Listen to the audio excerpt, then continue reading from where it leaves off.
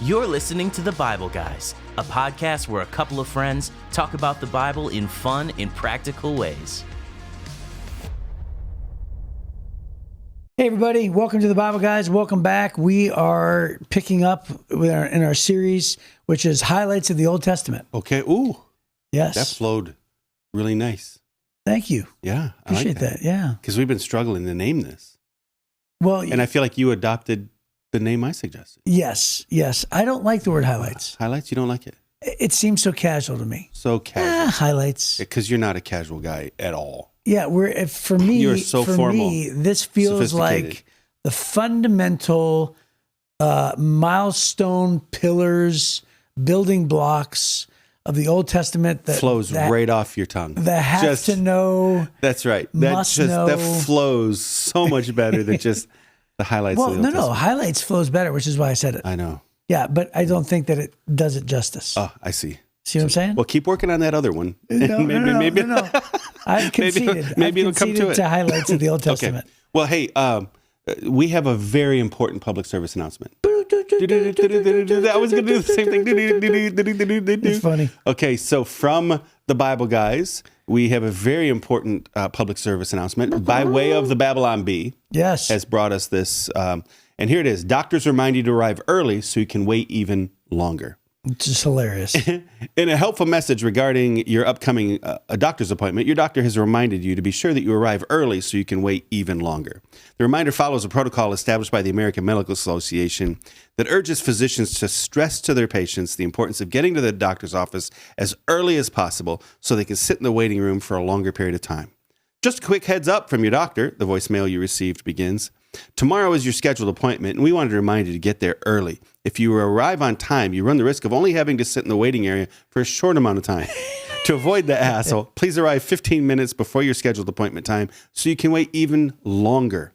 Thank you. When reached for comment, your doctor's receptionist provided further clarification. The patient's appointment will not start at the scheduled time, she said. So if they arrive when they're scheduled to arrive, their appointment, they'll be seated in the waiting room area for only 15 to 20 minutes, tops.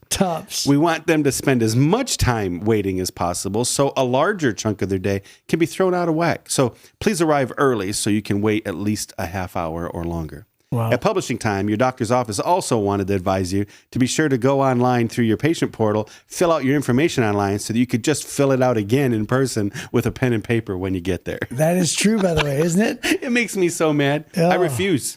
Yeah. I tell them, no, I already filled it out online. Well, we need you to fill it out here in person. Go online and print it off. That's what you say? Right? Oh, yeah. That's so funny. It makes me mad. I'm not going to do two things. My time is worth more than your doctor's time, so stop it. Right. Yeah, well. Stop it. Just stop it. Is it, though? Is your time worth more than the doctor's time? Yes, I'm quite certain. Yes. Very, very certain. Your doctor's terrible. Yeah. Yeah, worthless, huh? Mm-hmm. No, I love my doctor. My doctor's great. Yeah. He's a blast. Like, we just laugh the whole time. Okay. And then I have to tell him what I want him to do. That's so great. Write these prescriptions, do this stuff. I need you to send me to a specialist. Because your family doctor mostly sends you to specialists, right? I would say, if there's a big problem, right? I mean, as long as that looks bad. I don't know what to do. Go to this guy. Oh, that looks bad. I don't know what to do. Go to that guy. But make sure you're here an hour early. I'm joking. Dude, if he's listening right now, so funny. I told him about this podcast. He's listening. I'm joking, dude. I'm busting your chops. So my family doctor, my primary, I know him outside of the office. So I did his wedding, and he's a good friend. And so I found out it was his birthday. And so I literally went in just Friday. Today is Wednesday. So this was a couple of days ago. And I found out it was his birthday. So I was like, so I called the office and I said, hey, what kind of Starbucks does John like? And they said, oh, that's why you're calling? Let me put you on hold. They put me on hold. They're really busy. I get disconnected after like 15 minutes of waiting. So I was like, I'll text his wife. So I end up finding out, I go through all this trouble. I bring it in and come to find out I'm his third Starbucks that somebody brought in. I'm his third Starbucks. Yeah. And by the way, the other two were people working in the office.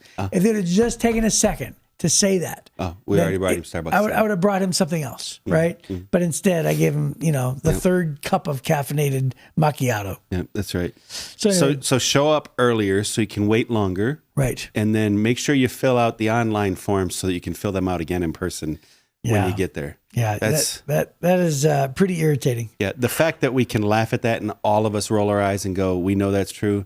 Maybe the general practitioner doctors have an issue that they could collectively address. Right. It's not everybody else's perception that's wrong. No, we're not wrong. Right, we're not wrong. Maybe there's an opportunity there for you to set yourself apart from some of the other local doctors. If you do what everybody else does, you're going to give us the same results you give everybody else. Right, that's so good. Okay. All right. Well, hey, that's almost a what made Jeff and Chris mad this week moment. Right. Yes. Although that's coming tomorrow. So everybody double dipped. Yes. They got both a very important public service announcement from the Babylon Beat and what made Chris and Jeff mad this week. Man, this is a bonus episode. We should charge twice as much for this one.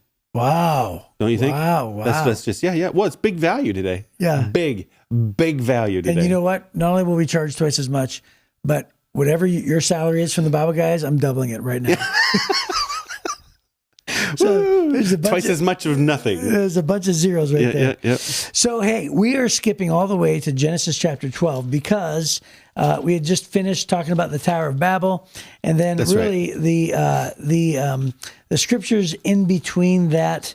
There's just a bunch of Babel. Isn't that true? Well, I wouldn't say that about the Bible necessarily. All the words in the Bible matter. But it gives us another list of from Shem all the way to Abram, the family line, which in the Jewish culture, the Hebrew culture, it was incredibly important to be able to know where did you come from, who were you related to, for the bloodline, because ultimately it becomes extremely important for us to be able to trace back that Jesus was exactly who the Bible said he would be. The son of David, son of Abraham, right? Sounds like extremely important Babel. It's yes. Well, I'm sure all those people who got honorable mention in the Bible, they feel like having their name. They're like, yes, I got my name in the Bible. And you're like, it's just Babel. It means nothing to me. You're going to get to heaven and you have like 600. You're going to have like 600 apologies to make. You know that, right? That's so funny. You're going to be like, hey, Arafaxad, I'm sorry I said that about you. Hey, Lud, Aram. That's so right? funny. Eber. Right? There's some funny names in there. Joktan, Hazar Maveth. Ooh. Did you see that one? No, I've never heard that one before. Yeah, Obal. Oof. Yeah, Sheba, Ophir, Havilah. There's a bunch of names. But hey, it's just Babel. When you get to heaven, you're going to have to apologize to these people. I think one of the worst is a wife named Gomer. Gomer. Oh, it's right here. Descendants of Japheth were Gomer, Magog, Madai, Javan, Tubal, Meshish, and Tirish. Ashkenaz. So there's all kinds of names in there. And it's just Babel to you. They got honorable mention in the Bible. You did not. Okay, by the way. Jeff. I want to point out there is no Chris Sarbaugh in the Bible. No Chris Sarbaugh in the Bible. Joke. And hence the word joke. When you get to heaven. So we find ourselves. I'll just take you around. I'll take you around and say, hey, have you seen Arafaxad yet? Because Chris has something he wants to say to you. No, you know what? It's not going to happen. You know why? Because the same little prideful meanness that's in you right now, wanting to take me around, it's not going to exist in heaven. Oh, it's not prideful meanness. Yeah, it's not. Spite. It's my desire to help you be better. It's not going to exist in heaven. We're going to get to heaven. You're going to say, I can't believe I said that on the Bible, guys. I'm so sorry, Chris. Okay. I apologize to you. Okay. All right. Hey, this needs to stop being about me. It was all about you. So let's move on. So Genesis chapter 12, we're to now all through, after we got through Chris's Babel, we now are, Abram is being called. Who will become Abraham. Well, you just gave away the secret. Everybody knows. Everybody who listens. That's right. Okay. Genesis chapter 12 is where the call of Abram comes from. And it says, the Lord had said to Abram, leave your native country, your relatives and your father's family, and go to the land that I will show you. And I will make you into a great nation. I will bless you and make you famous, and you'll be a blessing to others. I will bless those who bless you and curse those who treat you with contempt. All the families on earth will be blessed through you. So Abram departed as the Lord had instructed, and Lot went with him. Abram was 75 years old when he left Haran. He took his wife, Sarai, his nephew Lot, and all his wealth, his livestock, and all the people he had taken into his household at Haran, and headed for the land of Canaan. When they arrived in Canaan, Abram traveled through the land as far as Shechem. There he set up camp beside the oak of Moreh. At that time, the area was inhabited by Canaanites. Then the Lord appeared to Abram and said, I will give this land to your descendants. And Abram built an altar there and dedicated it to the Lord who had appeared to him. After that, Abram traveled south and set up camp in the hill country with Bethel to the west and Ai to the east. And there he built another altar and dedicated it to the Lord, and he worshiped the Lord. Then Abram continued traveling south by stages toward the Negev. Okay, is that where we're done? Well, yeah, that's where we're supposed to read to. Yeah. And so there's a little note in my Life Application Study Bible, which we love, and it talks about Abraham. Of course, he's going to become Abraham, but God promises a nation to Abram. At this point, his name is Abram, and it talks about his strengths and accomplishments. And it says his strengths and accomplishments are his faith pleased God. He became the founder of the Jewish nation. That's what's happening right here. Right. And he was not only a caring father to his own family, but he practiced hospitality to others. He was a successful and wealthy rancher. He usually avoided conflicts, but when they were unavoidable, he allowed his opponent to set the rules for settling the dispute. And and so we're about to find out some other things. His weaknesses are coming up. His lessons that he learns come from those things. But basically, he is the father of the Jewish nation. That's what's happening right here. So his father, his name was Terah, right? And Terah had 3 sons, Abram, Nahor, and Haran. And Haran was the father of Lot, right? So we can read all that beforehand. And they were getting ready to head towards Canaan. So Ur and Haran, that area is in what is modern-day Iraq, not far from Baghdad, as a matter of fact. I'll be in Iraq again in just a couple of weeks. And so it's between the rivers, Euphrates and Tigris. It's a very fertile area. We have called historians, paleontologists would call that area the Fertile Crescent. So in all of the Middle East, it was just able to, back in those days, the floodplain could create so much food. That and the Nile Delta, right? Those would be the 2 areas that created so much food. And wasn't that near the Garden of Eden? Perhaps, yeah, very much. It could have been the outer edges of the garden. It listed those rivers in that explanation. Yeah, and from a driving standpoint, if you just got in a car and drove, it's maybe only like 8 or 10 hours from Ararat. The mountains of Ararat, so where Noah's boat settled. So, they kind of resettle here in the Middle East like this.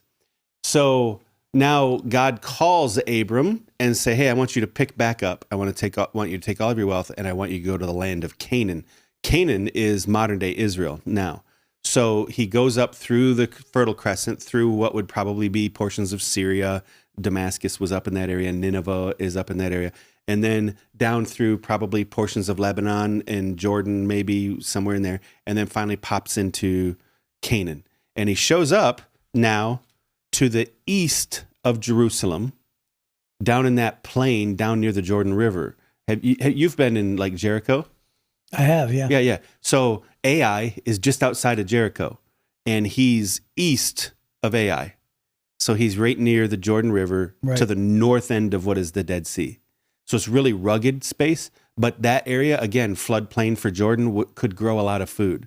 So he goes from, the populations in those days didn't get out in the difficult places and try to figure out how to live. Instead, they stayed where it was possible to grow food. So this is where he's at, is he's along the Jordan River, not far from the Jordan River, Bethel, and east of Ai is where he's at. Yeah, and it's interesting when you look on this map, and it sort of follows his journey to Canaan, right? Yeah. You would just think to yourself, why didn't you just do a straight line straight across, right? Because it's brutal. That's the answer. The answer is they couldn't do that. They were smart enough to follow where the food was, which is why you mentioned it, right. And go up and all the way down. But holy cow, because you didn't have refrigeration. Right. It's not like you throw everything in your Yeti coolers, right, and hop in the back of your Toyotas and just shoot across the desert for 3 days, right? It would take them months and months and months to go from town to town to town that had food, and they had to follow that Fertile Crescent that wrapped around to the north and then back down south through Israel. I can't even imagine traveling back then. I mean, everything was, you're sort of reminded that it's that way when, you've been to Africa and you've seen people who they have to walk for miles just to get water. Yeah. And so every day I've done that. Have you ever done one? I've not done a water walk. Have you ever done a water walk? No, I've never done it. Brutal. Ugh. Brutal. You get 2 big 5-gallon jugs and you walk down dig a hole in the sand where the riverbed would be, wait for the water to bubble up, scoop it out, try to keep the sand out, fill a 5-gallon bucket. You think, hey, that's great, until you put 40 pounds, because the 5 gallons weighs 40 pounds, on your shoulder, and then walk back 3 miles back to the village. It is so, in the heat of the day. Dirty water. It is so hard. Yeah. And that's how a huge portion of our population lives, is having to haul water back home every day. Yeah. And by the way, so I went off on a tangent. Now this is a tangent of a tangent. Yes. I remember going to a village. This is a good episode. That's what we said. This is a bonus episode. That's right. We're going to charge twice as much for this one. So I remember going to a village that was, we had to park and walk for an hour. And I remember there's, a bunch of overweight, out of shape white people who are just sweating to death in 120-degree heat, just walking through the bush. Yeah. And we were like, oh, we're just like slugging along. And all of a sudden to our left is a woman who is super thin. Right. And she has a baby on her back. Yes. Right. Yeah. And she has a 40-pound thing of water on her head. Yeah. Yeah. With a little, like a beanie bag separating the two. Right. And she's like sort of just barely balancing it. Right. And she walks down into a dry riverbed, passes us, walks up the dry riverbed, and then just zooms past us at least triple the speed that we're walking. And I remember, and we all just stopped and looked at each other and said, okay, now we're the worst. That's right. Like we are so spoiled. Well, they did that to us when we were doing it. I'm huffing along. I'm sweating so bad I can barely do this work. I'm thinking I'm going to find somebody to carry my bucket, right? And all of a sudden the ladies start passing me and they start singing. So they're singing, laughing, having a big time. It's a big time. All the ladies are together. And I'm just huffing and puffing, a mile and a half into this hike back to the water place or to the village. And I just remember thinking, man alive. Well, so I look at it as being brutally hard. For them, it was a social hour. Right. Yeah. So anyway, back to my first tangent, which was that a lot of the world still lives this way. Absolutely. Whereas like you and I, we take for granted, it's so sometimes hard to relate to the Bible just because of the modern conveniences that we face. And so when Jesus would say like persecution, for instance, like people around the world receive that word differently than we do, right? Yeah, right. And so, and when they talk about, survival of the fittest and even the comparison of shepherds and sheep, all that stuff, we have a hard time relating to. Well, here's Abram, and he is taking this journey, and literally it's all about survival on his journey. And so we're talking like months and months. Well, people in the Middle East and people in Africa, they can relate to this. Right. And anyway. Yeah. So Abram grows up in Ur of the Chaldees, which we still refer to the Chaldeans, right? That's a whole population group from within Iraq. And in Ur, growing up there, he probably grew up fairly educated. It was a very prosperous, educated area. Mm. And I was talking to a Jewish rabbi one time about this. We were driving out into the Arabian desert. And I asked him, I said, hey, can you tell me, what is the tradition? Why did God choose Abram? And he said, oh, that's a great question, right? So he's a pretty famous rabbi here in the U.S. And he said, so there's a lot of speculation on this, but he said the general consensus for many of the writers, the historians from ancient Hebrew tradition, is that when the rest of the world in around Ur and then, in the Chaldean area, they looked at the stars and the earth and the mountains, and they worshiped the gods that they believed came from those things. Mm. But he said that the Hebrew tradition is that Abram looked at the stars and said, there must be a God that made those stars. So instead of looking at all the gods, he looked to the God, the creator. And so when he determined in his heart there was a creator, then God reached out to Abram as opposed to all the others, right? And it's consistent with the Bible when it says, draw near to me and I'll draw near to you, right? And Romans says that we were without excuse because of the sun, the moon, and the stars creation, right? All those kinds of things. So he says that is the deep Hebrew ancient tradition, is that Abram looked to the creator of the universe as opposed to adopting all of the gods. And then God said, hey, you're drawing near to me. I'm gonna make myself known to you. And so chose him, and then said, I'm going to make a great nation from you, and all of the people of the world will be blessed because of you. And that was a hint at Jesus, right? The Messiah would come from your family. An interesting note on verse 7 that we read when it said that Abram built an altar there and dedicated it to the Lord. It says, Abram built an altar to the Lord, and altars were used for many religions, but for God's people, altars were more than places of sacrifice. They symbolized communion with God, and they commemorated notable encounters with him. Built of rough stones and earth, altars often remained in place for years as continual reminders of God's protection and promises. He built altars for two reasons. Number one, for prayer and worship, but number two, as a reminder of God's promise to bless him. Abram couldn't survive spiritually without regularly renewing his love and his loyalty to God. So building altars helped him remember those things. So that's why so many times in the scriptures when we see he built an altar there, and then that place was known as the place where God will provide, or, which is about to come up, right?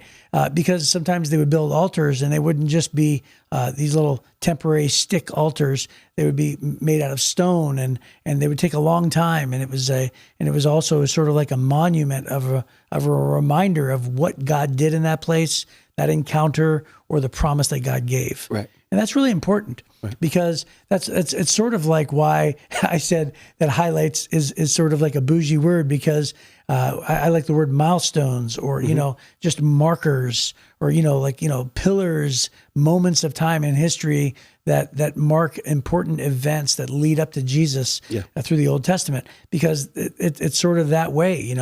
There's probably times in your life, I bet, where you can look back and you can say that these are the pivotal moments in my life, and you may not have built a physical altar, Absolutely. Right. but they're the milestones in your life, experiences, right? Yeah, for a long time, I carried a stone in my pocket that reminded me of a very specific thing. For a long time, I carried a challenge coin in my pocket that every time I stick my hand in my pocket, I feel it remind me of a thing. That's kind of the same idea, as they'd build these altars so that when they saw them, it reminded them. So, hey, maybe that's it. Maybe we need to change the name to mile markers of the Old Testament. Yeah, maybe so. Mile markers. Yeah, just markers along the way that tell you where you're at, where you're going. Significant markers that are grounded. That gives you direction, distance. It's just all those words just make it hard to type it in the line on the right. Right. So maybe mile markers in the Old Testament. Right. Yeah. Key. Mile markers. Yeah. Whatever. I don't know. It's a good one though. I like it. So that's essentially what he's doing, is he's building this altar. He makes a sacrifice, but he also builds it so sturdy and substantial that his family, his children can see it. And there's something about that for us as Christians, as parents, that, it's not just about us and our individuality. It's about the generations and the people that coming behind us. That altar was pointing others to the fact that there's a man there that worshiped God. Yeah, right? Yeah. Forever, tell your kids about this story. Share with your kids about what the Lord has done here on this mountain, because that's really what it is. We should have our faith, broadcast in our family, that they would know our story, that they would know our faith, that they would know God's faithfulness. And I think that sometimes as parents, we forget to be open with our kids, because it makes us vulnerable sometimes. Yeah. Because a lot of our stories are about our failures, or about our doubts, or about what we were rescued from, right? Our struggles. And to have our kids reach a certain age, we have to be able to be authentic, genuine, so that God can be glorified in our weakness, even with these kinds of stories with our kids.